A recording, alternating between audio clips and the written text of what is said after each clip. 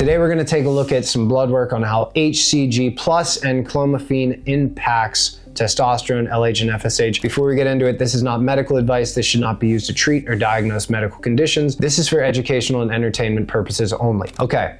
When I put out a video about the HCG enclomiphene combination, I got a ton of comments asking if the enclomiphene was strong enough and basically wasn't being overpowered by the HCG to also allow for LH and FSH production. Now, if you haven't seen that video, I'll link it up here. I'll also link it at the end, but I want to briefly go over enclomiphene and HCG so this makes sense to you. If you have no idea what I'm talking about, this is just a brief overview of the HPGA, how enclomiphene works, and then how HCG works. But this is your hypothalamic pituitary gonadal axis. So this is basically how your body produces testosterone and sperm. So you have your hypothalamus at the top of this pyramid.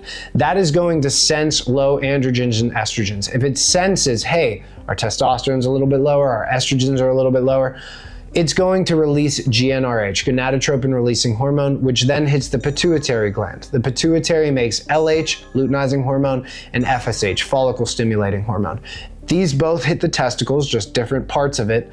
LH hits the lydig cells, which increases testosterone and therefore estradiol because testosterone is aromatized into estradiol.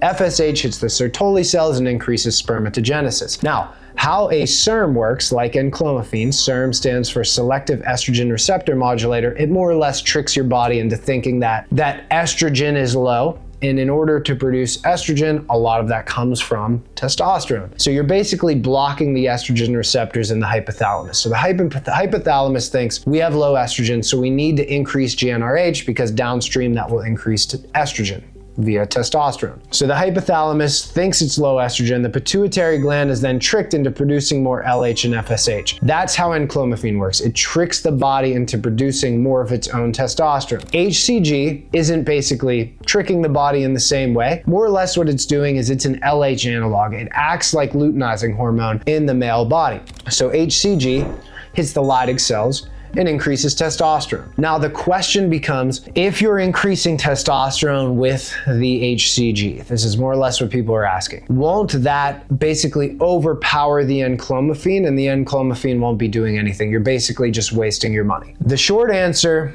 is no. The long answer is what I'm going to get into right now, which is more or less some blood work. Now listen guys, YouTube is very tight with this stuff. I can't tell you his dose, I can't tell you his age, I can't tell you anything identifiable about this individual. I'm simply going to look at the numbers. So don't ask me about his dose and his protocol because unfortunately that's something I can't do here on YouTube. But let's look at the pre-testosterone levels or the testosterone levels before starting the enclomiphene and HCG. Testosterone at 572. We can argue if that's too high, if that's too low. More or less, this is the protocol this person was interested in. Now, let's look at what happened to his testosterone, his LH and FSH after being on enclomiphene and HCG. Take a look at this. Estradiol at 35, follicle stimulating hormone. So this is part of that HPGA axis is high. It's actually off the charts high.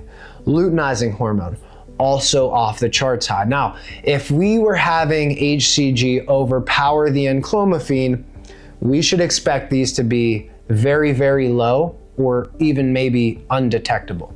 Testosterone is up to 849. So substantial increase. What is that? Almost 300 points, 260 points. Not bad. We also should look at the components of his testosterone. Now, unfortunately, we don't have this before starting the enclomiphene HCG, but you can see right here, free testosterone is right in the middle, bioavailable is right in the middle, SHBG is a little bit lower, albumin is a little bit higher. So everything looks within range here, and this should basically create some sort of evidence for you that the HCG enclomiphene combination can work very well to increase your testosterone as well as your LH and FSH. Now, we don't have a sperm analysis on this guy, so I can't say definitively how it impacted his sperm count, but I can say that this protocol is often used, and again, this isn't medical advice, it's often used in guys to basically supercharge their sperm count. Now, what I don't want to do is overstep the power of enclomiphene.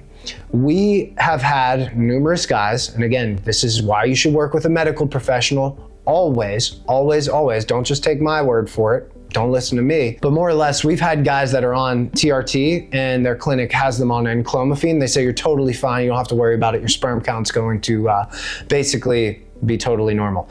Now, this is just my opinion and my experience. That is not often the case. More often than not, guys doing the TRT plus Enclomiphene will come in and we'll see basically no LH or FSH. It seems that the Enclomiphene is strong enough to more or less offset that increase in testosterone from HCG, but again, in just my opinion and experience, it does not seem to be strong enough to offset TRT. TRT is a whole different monster. It is literally exogenous testosterone. So look, if you have any other differing opinion, differing evidence, that's totally fine. That's totally awesome. Let me know down in the comments below. If you're interested in knowing how Steel Health and Hormone can help you, go on my website, Steel Health and Hormones Center spelled RE.com. Fill out a contact form. We will be in touch within 24 hours. So look, this is kind of a niche video. I know it probably isn't going to really hit the algorithm super well. So I would really appreciate it if you would like this video, comment something down below, share it with somebody who needs to see it,